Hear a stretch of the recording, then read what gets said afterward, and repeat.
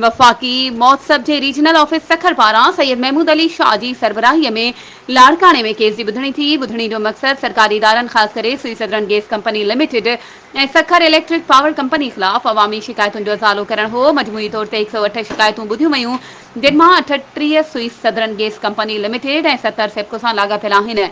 SSGCL जे deputy manager billing Saeed Ahmed Kurejo ऐं सेप्को जा नुमाइंदा, जिन में executive engineer Riaz Ali Mangi, revenue officer Tasadduq Kakro, revenue officer Shamraj Jatoi ऐं रेवेन्यू ऑफिसर एजाज़ अली पिणु मौजूदु हुआ। शिकायत कंदड़नि खे सबर सां ॿुधण जो मौक़ो ॾिनो वियो ऐं उन्हनि जी शिकायतुनि जे एहतियात सां हल कयो वियो। इन मौक़े ते रीजनल हेड अवामी शिकायतुनि जी बरवक़्त हल जी अहमियत ते ज़ोर ॾिनो ऐं लाॻापियल इदारनि खे सलाह ॾिनी त उहे मौसर अंदरूनी मैकेनिज़्म क़ाइमु कनि त जीअं अहिड़नि मसइलनि खे ॿीहर थियण खां रोके सघिजे।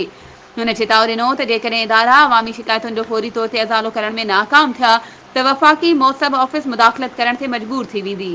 वधीक ख़बरुनि ऐं अपडेट्स जे लाइ असांजे चैनल खे सब्सक्राइब कयो ऐं हा, बेल आइकन खे प्रेस करणु न विसारिजो त जीअं असांजी हर नई अचण वारी वीडियो तव्हां ताईं पहुची